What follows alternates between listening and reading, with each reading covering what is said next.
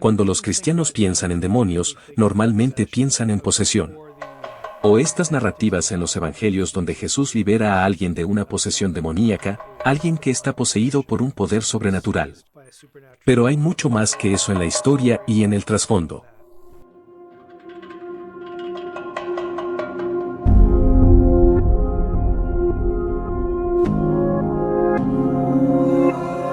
Existe este tipo de sospecha inquietante, o narrativa inquietante que dice, realmente no creemos en estas cosas. Esos relatos de posesión en los evangelios, en realidad son solo condiciones psicológicas y otros problemas de salud. Y sí, hay un par que podría ir en cualquier dirección. Pero Jesús no ordena a una anomalía cerebral que se adentre en una piara de cerdos hasta el borde del mar. Son simplemente narrativas que no se ajustan a eso. Cuando se trata del mundo espiritual, nos vemos obligados a utilizar el lenguaje de nuestra propia experiencia. Cosas que podemos procesar. Distancia, tiempo, espacio. Y los escritores bíblicos lo están haciendo porque, adivinen qué. Están usando palabras que conocen y que su audiencia conoce. Así que toman cosas de su mundo, vocabulario, metáforas, y las usan para describir lo indescriptible.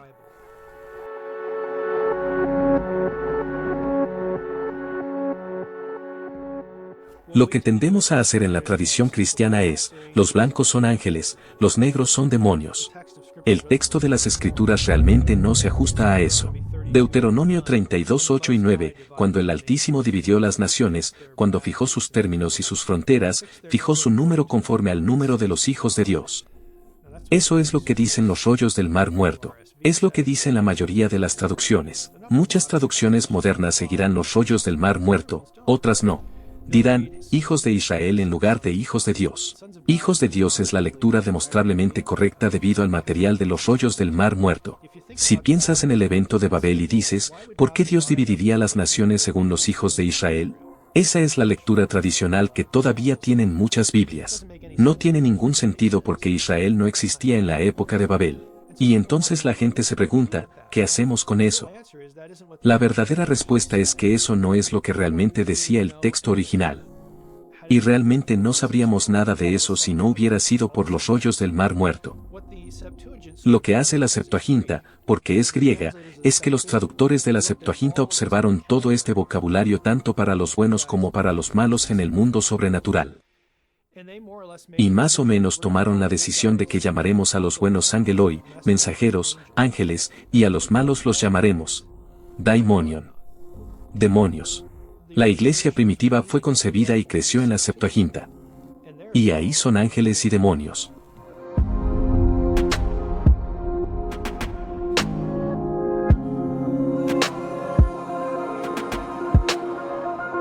Hay algunos términos en los que deberíamos centrarnos un poco.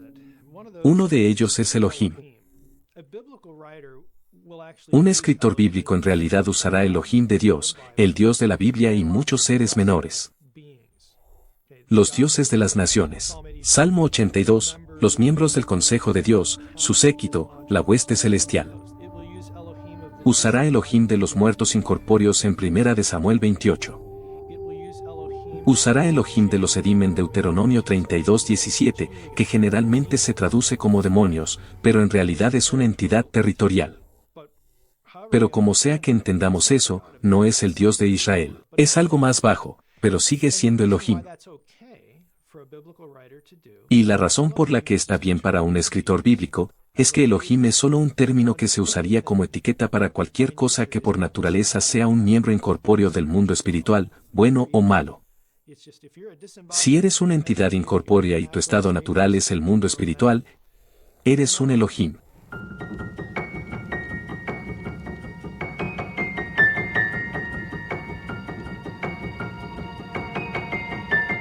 Una persona antigua construiría un ídolo.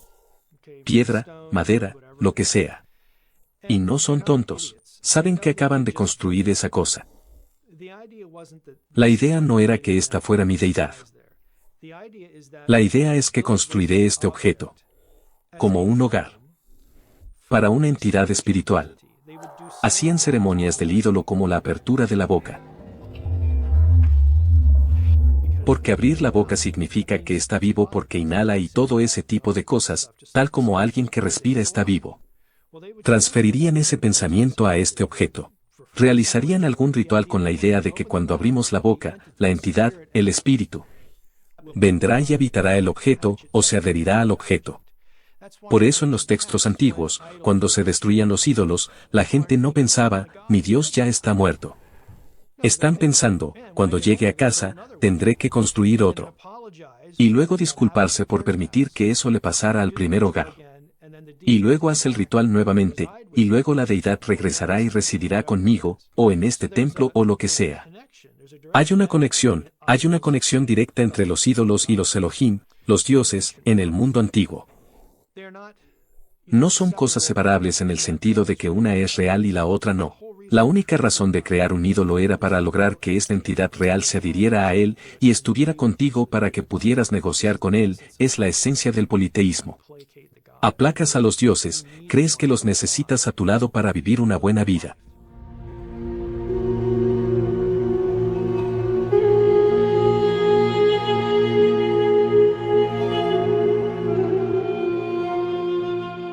Vayamos a Deuteronomio 32:17. Los israelitas son acusados de no adorar a Dios, sino de adorar a Sedim, y luego la siguiente línea dice, Elohim que no habían conocido. Entonces los Sedim son llamados Elohim en ese versículo. Ahora, en la Septuaginta, Sedim se traduce como, demonios, daimonion. Pablo cita este versículo, Deuteronomio 32:17 en 1 Corintios 10, 21 y 22, cuando advierte a los corintios acerca de no comer carne que había sido sacrificada a los demonios. Aquí está la pregunta. Para todos los que quieran decir, son solo ídolos o solo objetos de piedra o lo que sea, y no tienen entidades reales detrás de ellos. ¿Por qué le importaría entonces a Pablo? ¿Estás diciendo que Pablo no creía que los demonios fueran reales? Lo siento, pero sí lo creía. Pablo cita este pasaje usando a Elohim de estas otras entidades que ciertamente tenían ídolos hechos para ellos. En la cosmovisión bíblica, estas eran entidades reales que importaban porque eran hostiles y podían desviar a las personas del Dios verdadero.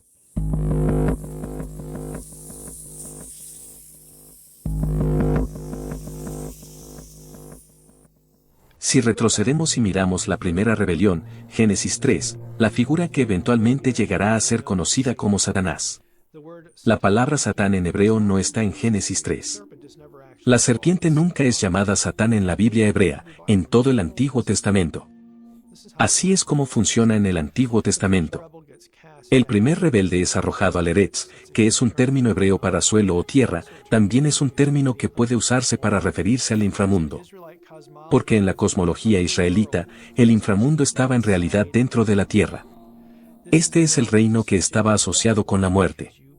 Porque entierras a la gente cuando muere. Y el ser que está a cargo de esto, o quién es la causa de todo esto. Es esta figura de Génesis 3 que ha sido arrojada a este lugar. En lugar de estar como el Altísimo o sobre las estrellas de Dios, no, ahora vas a estar bajo los pies de los mortales, a los que buscabas extraviar y destruir. Obtenemos los pensamientos centrales, que en realidad están sistematizados en el Nuevo Testamento.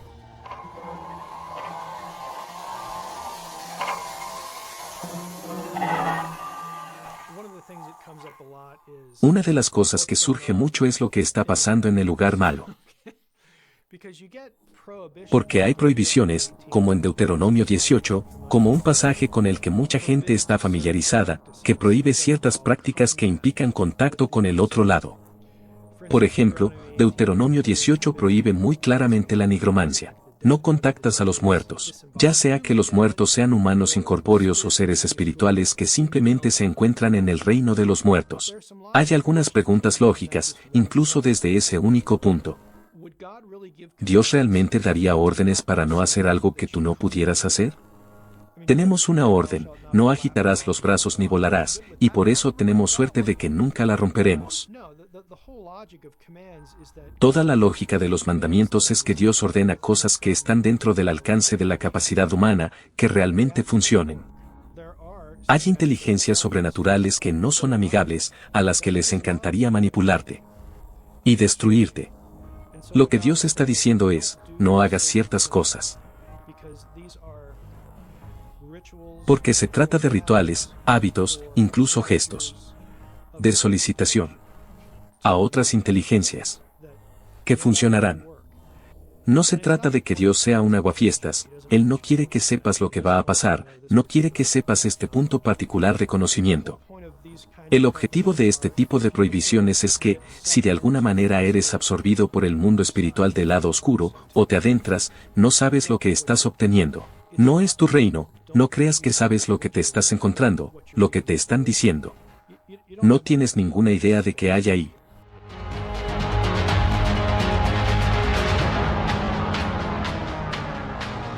Cuando miras algunos de estos pasajes, hay frases interesantes. Algunos de estos espíritus se llaman, los conocedores. ¿Qué saben ellos? Saben muchas cosas porque llevan mucho más tiempo aquí que tú. Han visto lo que le pasa a la gente, a la civilización humana. Saben lo que sucede en el mundo espiritual. Su base de conocimientos es mucho más grande que la tuya. Y pueden engañarte con ese conocimiento. No los escuches.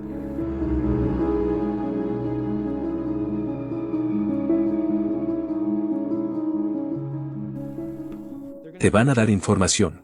Te darán un conocimiento secreto, pero podría conducirte a tu propia destrucción. Podría llevarte a adorarlos, que les gustaría mucho. Ser adorados, seguidos, obedecidos. Es atractivo a seres sobrenaturales en rebelión. Porque es una forma de restar gloria y adoración a Dios, que es su adversario. Y también para empoderarlos de tal manera que tú, de quien quieren deshacerse de todos modos, que te hagas más vulnerable a eso. Esas son las dos razones fundamentales por las que una inteligencia sobrenatural, nuevamente, ya está en rebelión con Dios, y esa relación, según las Escrituras, es irreversible. No hay nada en las Escrituras que sugiera que un ser sobrenatural en rebelión pueda ser redimido. Entonces, lo único que pueden hacer es vengarse del juez que los puso en esta situación. Es hacerle daño, quitarle la gloria, dañar a las personas que él sí ama.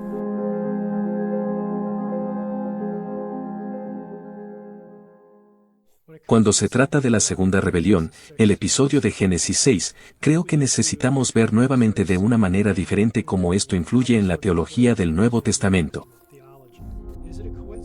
Es una coincidencia que eso sea abordado y eliminado, efectivamente revertido, si se matan todos los vestigios de esto, por parte de Moisés, Josué y David. Se podría decir, ¿por qué nos importaría? Moisés, Josué y David son famosos, nos gustan esos tipos. ¿Qué tienen todos en común? Lo que todos tienen en común es que son presagios, prototipos, tipos de Jesús. No creo que sea una coincidencia que tengas a esos tres individuos responsables de la eliminación de al menos este aspecto de esta rebelión. Piensa un poco en Jesús. Él es el profeta como Moisés. Eso es ciertamente cierto, pero también es superior a Moisés y es superior a la ley. Esto es algo familiar que se manifiesta en las Escrituras, la superioridad como en el libro de Hebreos, la preeminencia de Jesús sobre el sistema mosaico. Con Josué como el guerrero humano, operando en conjunto con el capitán del ejército del Señor, el ángel del Señor en el Antiguo Testamento, el líder de los ejércitos de Dios. Bueno, ¿quién lidera los ejércitos de Dios en el escatón? Es Jesús. Las imágenes son bastante consistentes. De hecho, en realidad es confuso cuando se trata de toda la situación de Josué. Luego, por supuesto, con David, él es el nuevo David, es el David supremo, es el rey de Israel. Él es el rey de todas las naciones. Obtienes estos pasajes de los profetas que hablan de manera realmente extraña sobre alguien que desciende de David, gobernando sobre un reino que incluye a los gentiles. Esta es, en los últimos profetas, esta visión del reino supremo de Dios. Hay muchas de estas cosas que podemos ver, los puntos de conexión, pero no queremos perder el hecho de que en realidad tienen una conexión. Una que se remonta a un punto de origen del mal sobrenatural que se espera que el Mesías enfrente a la inversa.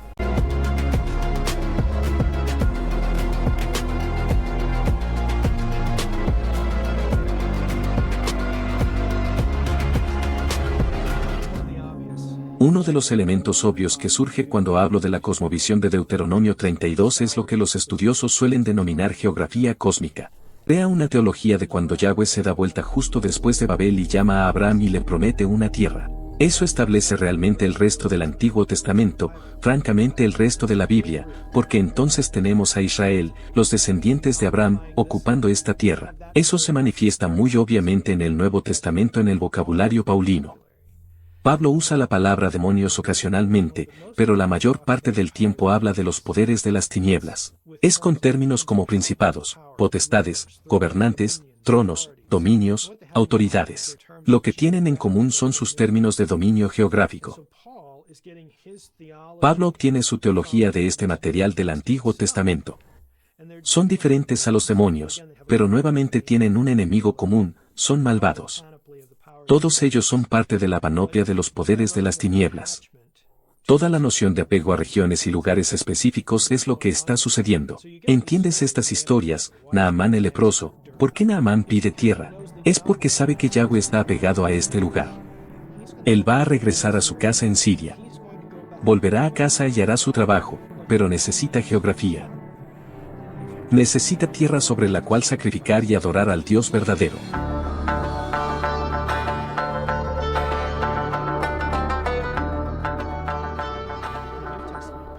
En el Nuevo Testamento, Pablo, a los corintios que están discutiendo entre ellos, les dice, dejen de llevar sus desacuerdos a estos tribunales de justicia y de que alguien haga de árbitro entre ustedes. ¿No saben que van a juzgar a los ángeles? En Apocalipsis 2 y Apocalipsis 3, el mismo Jesús dice, al que venciere, lo pondré sobre las naciones. ¿Quién está sobre las naciones ahora? Son los dioses en rebelión de Deuteronomio 32. Van a ser desplazados y reemplazados en el nuevo Edén, la nueva tierra, que es el estado final, por los creyentes. En otras palabras, los nuevos hijos de Dios reemplazan a los viejos hijos de Dios que están en rebelión. Vamos a juzgarlos. De hecho, obtendrás pasajes de Isaías, términos para estos bichos que viven en los lugares malos que son anti-Edén. Se podría decir, ¿por qué molestarse con esos animales? Animales que viven en el desierto, viven de los muertos. Comen carne podrida. Por esa razón son impuros por definición. Porque su asociación es con lo que no es el Edén. Lo que Dios no quería para su pueblo. Todo eso está coloreado por lo que sucede en el Edén para destruir el Edén. La muerte viene al mundo. De hecho, en la Septuaginta, encontrarás referencias a hombres burro, solo un lenguaje extraño. El punto no es que en aquellos tiempos, en los días bíblicos, había humanos como burros, como equinos. El punto no es el literalismo. El punto es una mezcla aborrecible, una rareza. Es el anti-Edén. Es caos, opuesto al orden. Es por eso que el vocabulario se utiliza para transmitir a los lectores, no quieres estar en un lugar como este. Este es el lugar donde se encuentra toda la bondad de Dios. Las cosas que quiere darles a los humanos, la vida ordenada, el espacio habitable que quiere para los humanos, las condiciones edénicas, todo es un caos. Es una inversión y una perversión de cómo deberían ser las cosas y de cómo Dios quiere que sean. Esa se convierte en una forma poderosa de transmitir esa idea.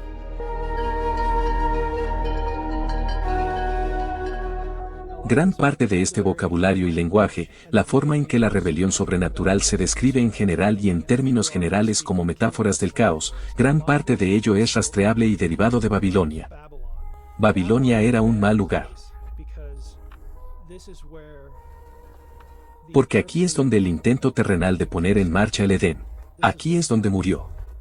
Babilonia fue quien conquistó a Judá, se llevó las dos últimas tribus y específicamente la tribu davídica. A quien se le dio la promesa de realeza y lo destruyó todo, destruyó el templo, llevó al pueblo de regreso a Babilonia. Este es el periodo en el que muchos eruditos, tanto seculares como creyentes, creen que se hizo mucho trabajo para darle al Antiguo Testamento su forma final. Lo que hacen es sembrar gran parte del contenido con imágenes babilónicas para comunicar, donde estamos ahora no es donde se supone que debemos estar. Estamos en territorio enemigo. Este es el lugar del caos. Se está convirtiendo en algo que nunca debió ser, y que Dios no quiere que fuera.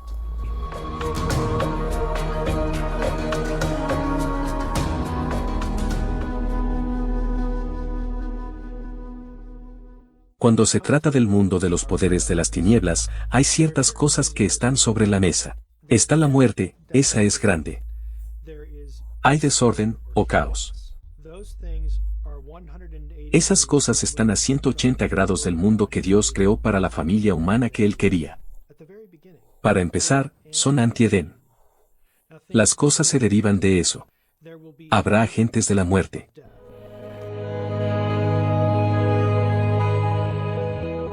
Habrá agentes de desorden, estos seres sobrenaturales.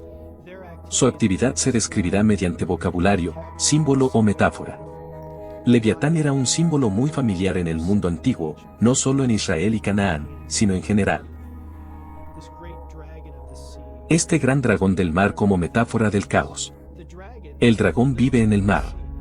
El mar es un lugar temido. Porque no puedes vivir en él. Si intentas ir a vivir al agua, vas a morir. Es amenazante, es impredecible. Puede estar tranquilo un minuto y al minuto siguiente te quitará la vida. Las cosas que en él habitan te son ajenas, estás acostumbrado a ver las criaturas allí, pero cuando estás en un barco por un largo periodo de tiempo, verás cosas que nunca antes habías visto y realmente no sabes cómo procesarlas.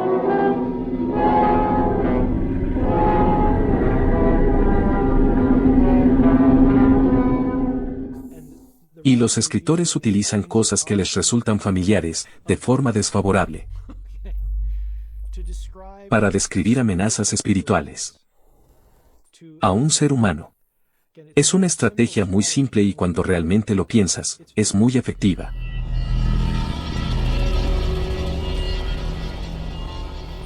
Entonces, si quisieras saber quién o qué está en el equipo contrario, los jugadores.